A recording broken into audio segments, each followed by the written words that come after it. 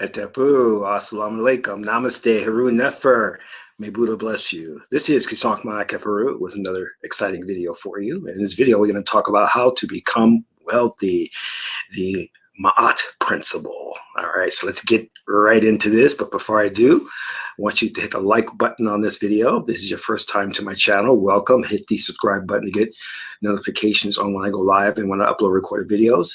If you want to take your spiritual teachings to the next level, you can scroll down below, click on one of the links, and download a free ebook and start reading today.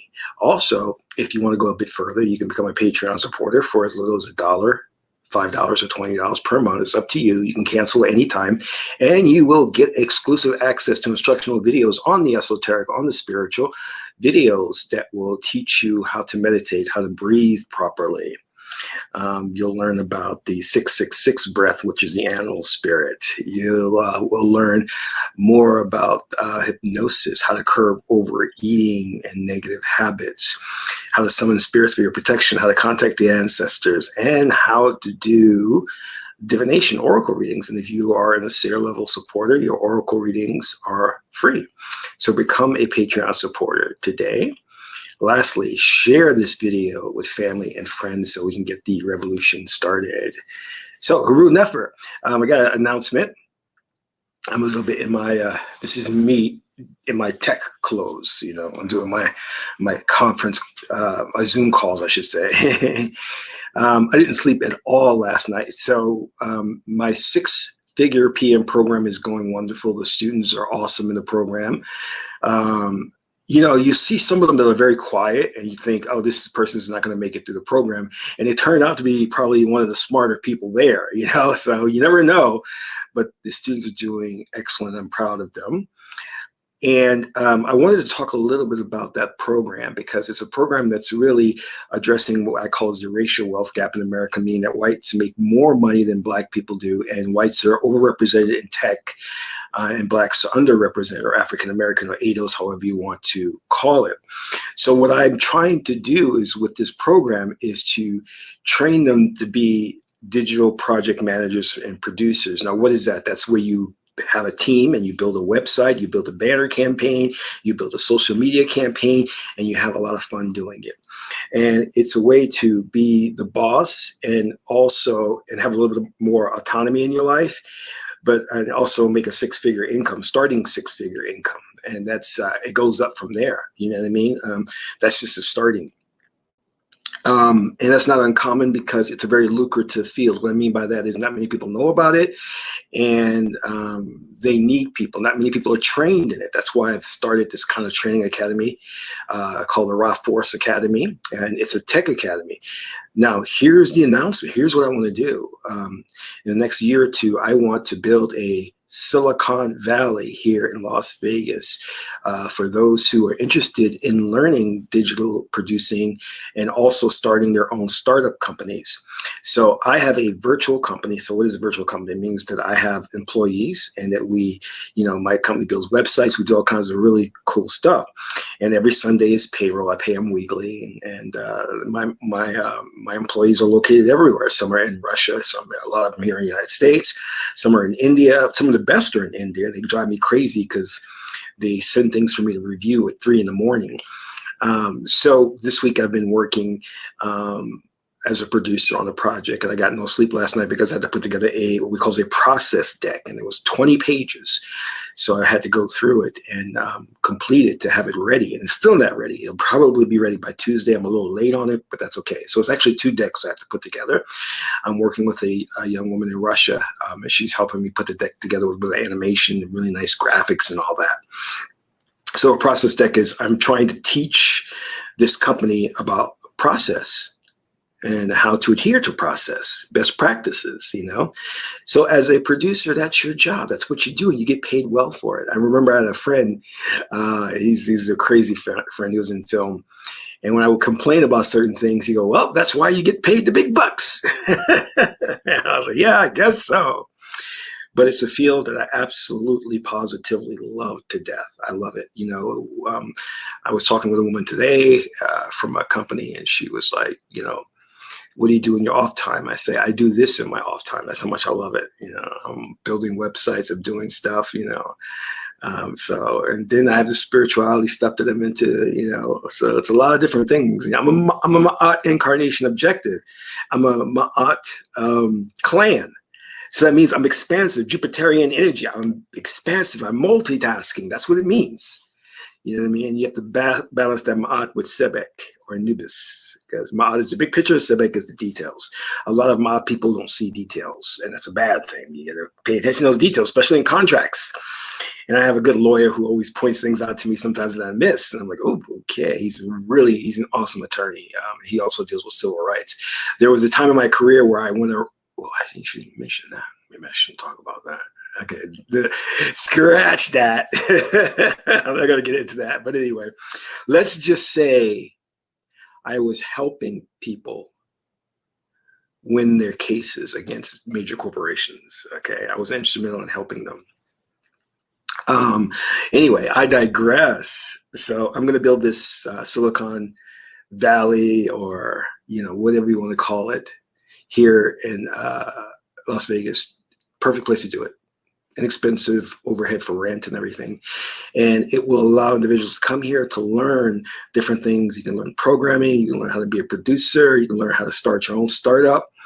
And similar to what I'm doing with the six-figure program, we're going to have a minority tuition paid program, meaning that if you can prove that you don't make a lot of money, your tuition is free. I just had a couple of individuals start in the six-figure program who proved that they couldn't afford it. They just were making like almost nothing. So I gave them their tuition free. So they get the tuition free, they get their books free, or whatever. So it's going to be great. And that program is just rocking and rolling, But one of the reasons why I'm doing this, and it is challenging and it's stretching me thin. I didn't expect to have my program launch and me work with this company to help them put in place a process. I thought I'd be retired by now and done, and then sitting on some island with some pretty girls and going, hey, life is good, man. Life is good, But that didn't happen because God, Neter, called me for a higher calling. God said, you got to put together this program and you got to make an aspect of this program free and share it and train these people. See, when I started out as a digital producer PM, it was so new. I couldn't find any information on how to do this. Not only that, when I got my first job, I was like biting my nails like crazy. They were bleeding on the bike because I was so nervous that I was going to get fired. I actually did a great job and they hired me. I don't know why I was so nervous, but it was so stressful, and the job wasn't stressful. It was all in my mind because I'm very hard on myself. And I was so worried that I wasn't doing a good enough job that I overperformed. Does that make sense? I overperformed, They were like, wow, you didn't have to do all this. Yeah, because I just really wanted to prove myself and do an excellent job, and I did. And when I got in deep into it, I found out there were aspects to it that I loved, every aspect. Hey, the Book of Atom, Hetepu. I saw you on a set's chat. Don't front. I saw you on the set's chat. That's cool, though. It's all cool. So it is something that I love, but it addresses the racial wealth gap. Meaning, if we can get into tech and dominate this field, we would be awesome. You see, what we don't understand is Gangs of New York. Check that film out, which talks about the immigrants population that came here. And one of the first things they did when they came here is they each took up a field. The Italians got into construction and cement building and things like that. The Irish got into the police force. Chinese got into, first it was a railroad cleaning business, and then restaurants and things like that, and nail salons and all that.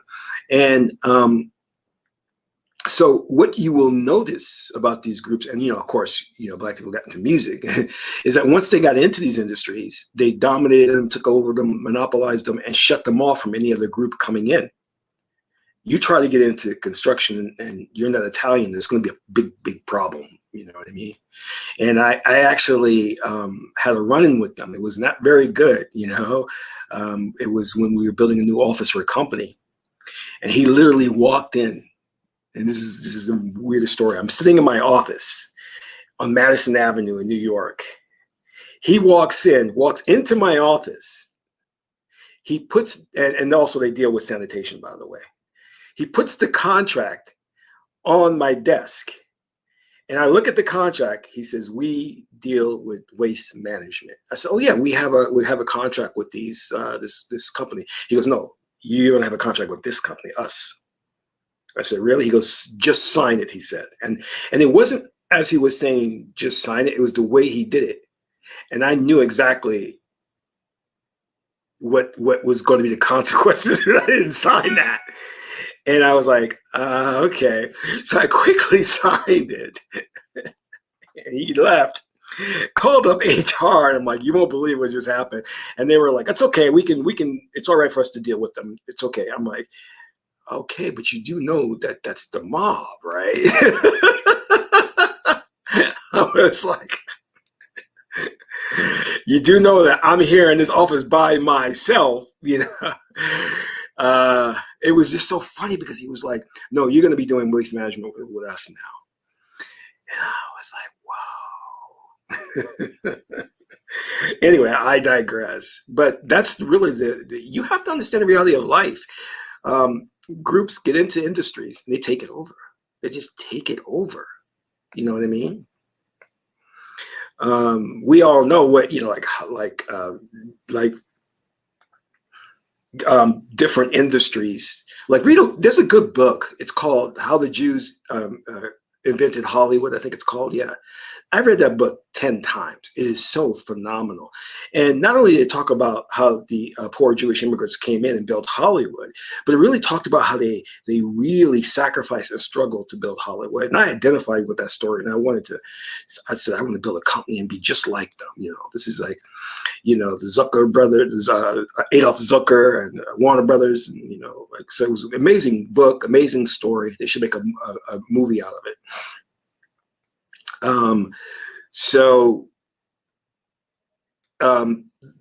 These groups tend to get into an industry and take it over.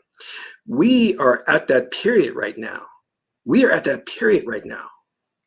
You know, that period of tech where project management and things like UX, UI are open, and they will allow us to get in there and dominate that field because it's so lucrative and they have so many positions available. They can't find the right people. And let me tell you something of what's happening right now, because we all have to be mindful of this. Since the lockdown has relaxed a bit, companies are now hiring. They're now going back to where they were, similar to what, not exactly to where they were before the epidemic. So they're hiring in mass. And what you're seeing in tech is people are hiring. No more layoffs. They need people now. And I knew something was going on because at the very beginning of April, or toward the end of April, I'm sorry, my phone just started going crazy. And I was like, what is going on? You know, this is insane.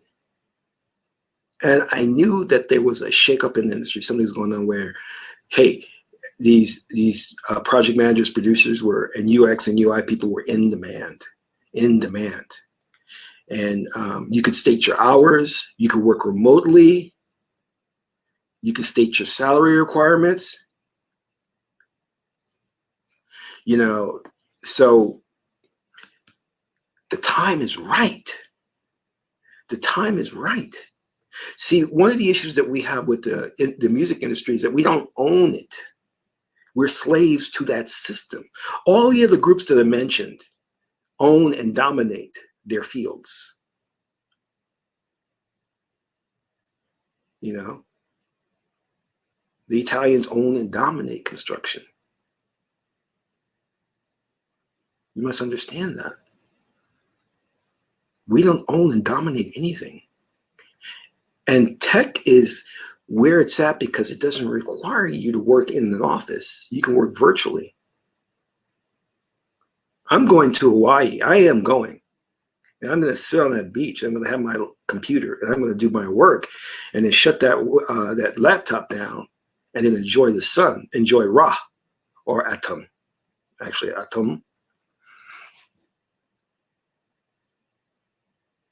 Do you understand what I'm saying? Now let's get to the business in hand. When I talk about this racial wealth gap, I want you to watch a video by Tone. Now, he is a member of ADOS. Him and Yvette Carnell started ADOS, American Descendants of Slaves. And I am a member of that chapter here, and we do a lot of political work, especially for reparations.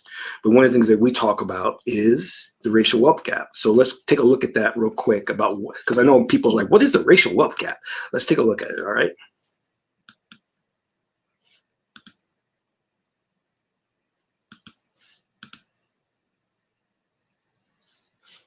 Tone Talks brings to you the racial wealth gap in America, explained in 60 seconds. In America, there are 190 million whites, living in just about 82 million homes, while there are 40 million blacks, living in just over 14 million homes. To truly understand the racial wealth gap, you must look past the income of these families and evaluate household worth. According to demos.org, in total, white American households own 90% of the national wealth. In contrast, Black Americans altogether own less than 2.6% of the national wealth, with most of this small sliver being in the hands of Black baby boomer retirees. Black working age families are largely invisible nationally in terms of wealth. To give a clearer lens, the bottom 50% of American households control only 1% of the national wealth. And of the total 14 million Black households, likely over 10 million Black families fall into this bottom group that owns nearly no wealth. The racial wealth gap is real and it's growing. While 10%, or about 8 million white homes, are worth $1.4 million or more, according to Slate.com, when you deduct the family car, 50% of African American homes, or over 7 million Black families, are worth no more than $1,700. Subscribe to learn more at tonetalks.org.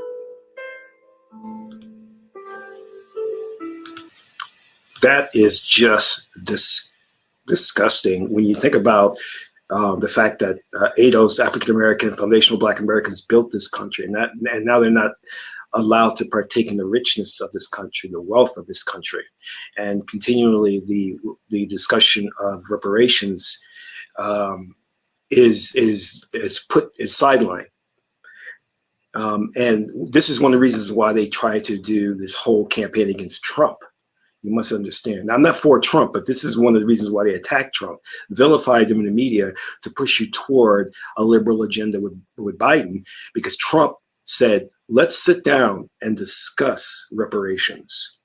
First time in history for us that reparations was a major topic. I want you to understand how politics works. Politics doesn't work because you fear one candidate, so you say we got to get the candidate out of office by any means necessary, and you just throw your vote away to another candidate. That's manipulation. That's the media is manipulating you by creating fear-based programming. What you do is you go to both presidential candidates and say, listen, here's our agenda. Which one of you will support it? And whoever throws their support behind our agenda, we will vote for them en masse. As a group. That's what every group does. That's what Jewish group does. That's what the LGBTQ community does. That's what many labor unions do, is they present their plan to both candidates, and whatever candidate supports their plan, they throw their vote behind. We are the only group that just automatically votes Democrat, no matter what. And if you look at the poverty level, it's in mostly Democratic states. So what we have to do is be more educated in terms of our politics, because we have so many people living below the poverty line. And when you live below the poverty line, there are a lot of things that open up. A lack of proper health care, mental illness, stress. We already know that African Americans have a very big, no pun intended, obesity problem, mental illness problem, and a lack of proper education. This is why tech can change that. This is why we need to start getting into this in mass. This is why I started the 6-figure PM program. This is why I created my Waters of None to have a healthy lifestyle. But too many people are basically comfortable where they're at.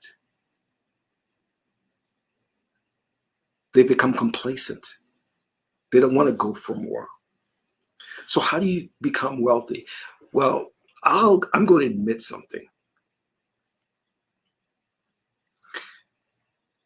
That I don't manage my money well. I spend it too much.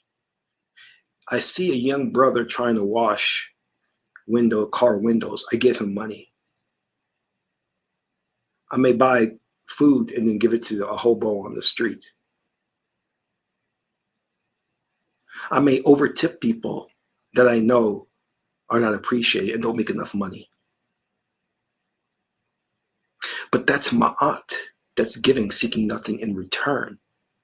I start my 6-figure lifestyle program and I open it up free to people who are low income because I know they can't afford it, but I want to help them. Some of them will argue with me and call me names, even though I let them in the program for free. But that's okay. I don't mind. I'm doing God's work. I'm being ma'at, giving, seeking nothing in return. I'm not going to be based on emotionalism. Oh, this person upset me, so I'm kicking them out the program. No, that's okay. I'll deal with it. I hope they learn something from the program. They can stay. And I understand that because as a project manager, I know that most Black men in a position of authority and leadership are never respected. Never respected. When I first started out, they would believe the white boy and the Asian over me. When I would say, oh, that code is wrong, they would look at the white boy, what do you think? They look at the Asian, what do you think? There's that racial totem pole. You see the Asian, they believe right away. And then second on that is the white boy. And then they'll come to the Black man. They don't think you're intelligent. They don't value you. But times are changing now. That was way back when I first started. I started over 15 years ago. Now it's become more diverse, especially from last year with Black Lives Matter and the whole push for diversity.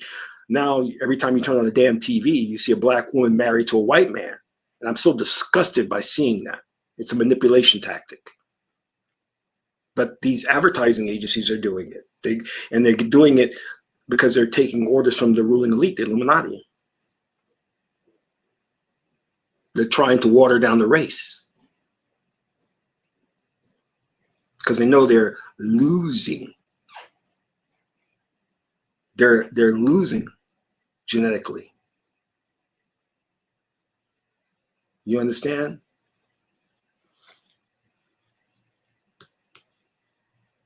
So I don't mind spending because I know ma'at is balanced. Ma'at will give it back to me. And ma'at says abundance is the ability to do what you need to do when you need to do it. So as long as I'm doing my work, I chant my ma'at mantra every day and a wealth mantra every day. I try to do it without fail, especially during the full moon. And when you're working at something, here's what wealth is. Here's how you be wealthy. Do what you love. Do what you love, and that money will come. If you do something for the sake of the money, then it's not going to work. But if you do something because you're passionate about it and you love it, you will be wealthy. Now, some will say, well, I've been doing dance and I can't make money off dance. Then chant the ma'at mantra. Start doing your rituals and watch the money come. Because balance is not just doing the physical work, it's doing the metaphysical work as well. That's what ma'at is. Do you understand? Hatepu be the change. How are you? Good to see you.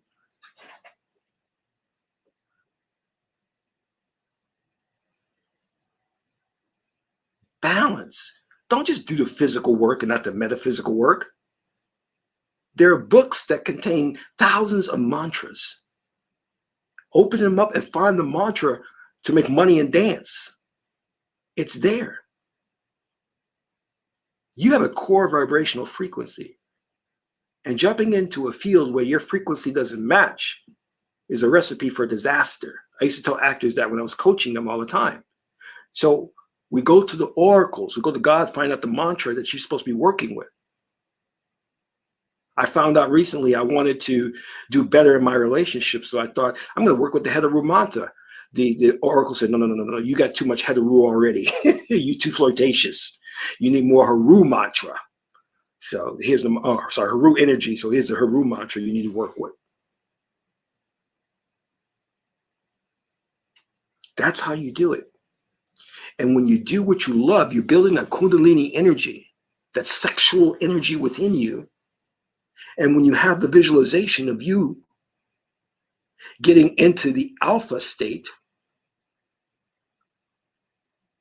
alternate state of consciousness, and the visualization of you doing it, because you know how you do something you love, and before you know it, 2 hours have passed, and you're like, wow, I didn't realize 2 hours passed. That was because you was in the flow state. That flow state is the state where you make things happen. It is 5D, fifth density, where all things are one. And it's the genie state. When if you seed that state with something you want, it manifests in the fourth dimensional plane. That's the secret. It's alchemy. Do what you love. Get into the flow state. Visualize. Allow the Kundalini energy, the raw force, to emerge within you. That's channeling that energy. Or you can do your Qesankh, channeling that energy into the visualization. Lose yourself into it to get into the flow state.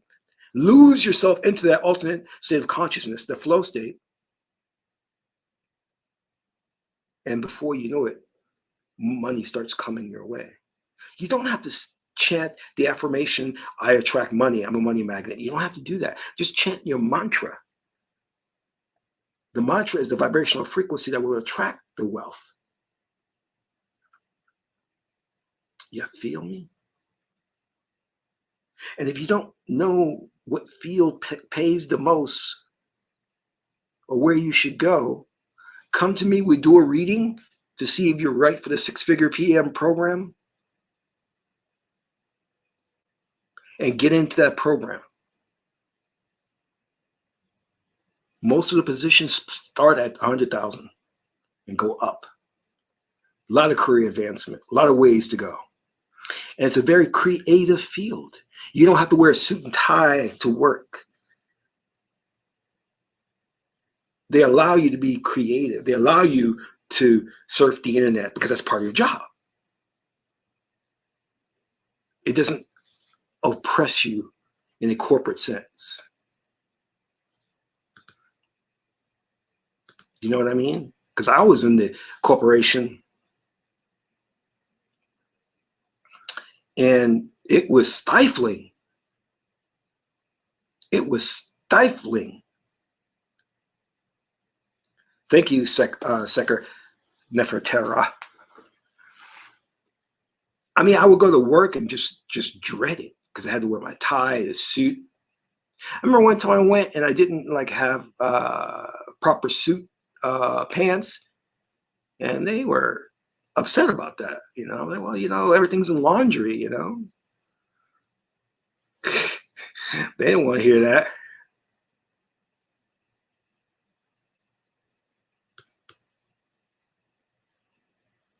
In project management, you dress how you want.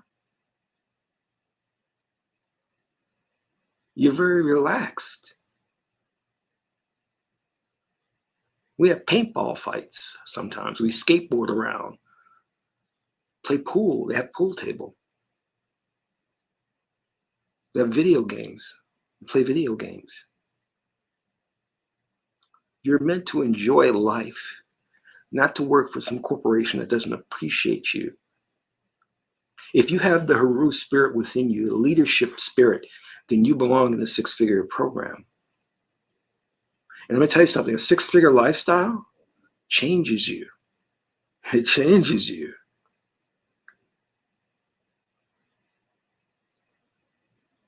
It makes you want to be a better person. It makes you go for more. Now you're probably online, you're hearing all this stuff about the high value man or the high value woman. That's their definition is a high value man is one who makes six figures for a period of at least 6 years or 5 years. Yeah. They consider that high value. I didn't know that. Wish somebody told me that. I've been high value for like the longest. But see, we don't look at things like that in the tech industry. High value this, high value that. We don't care about that. Everybody's just creative being and expressing themselves and who they are. That's what I love about it. You can be who you are.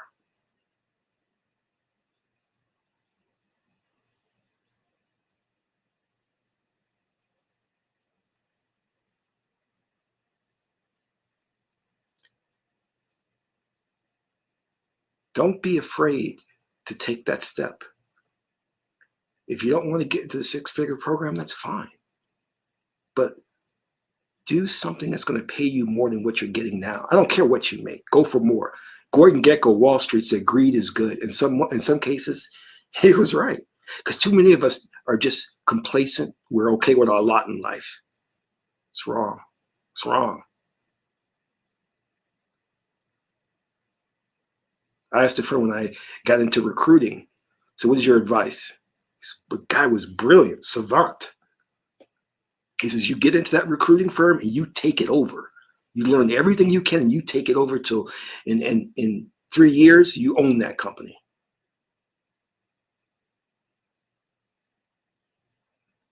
I was like, wow. I wasn't that ambitious back then, but his words did resonate. And I was like, wow, he's serious.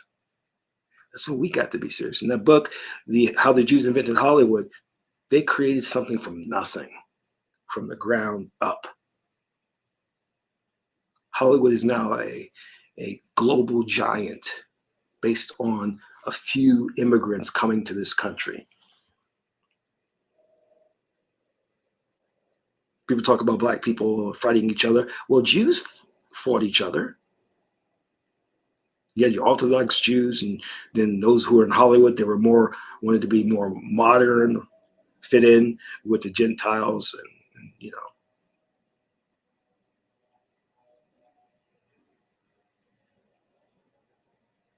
Good people, ambitious people.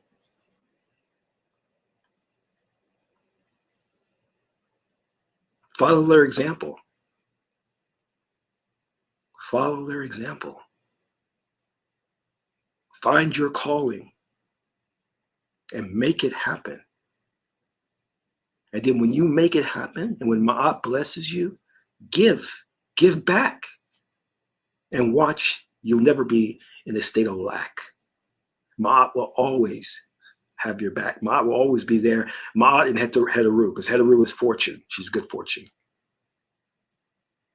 And as long as you stay joyful in the ups and the downs and you don't let it get to you, you're going to be wealthy. You're going to be part of the elite, the high value man, the high value woman. I want to thank you all for coming today. This is Qesankh Ma'at Keperu, son of Ma'at and Tahuti. Ma'at is the beautiful goddess Heteru. Until my next broadcast, I'm in Ra.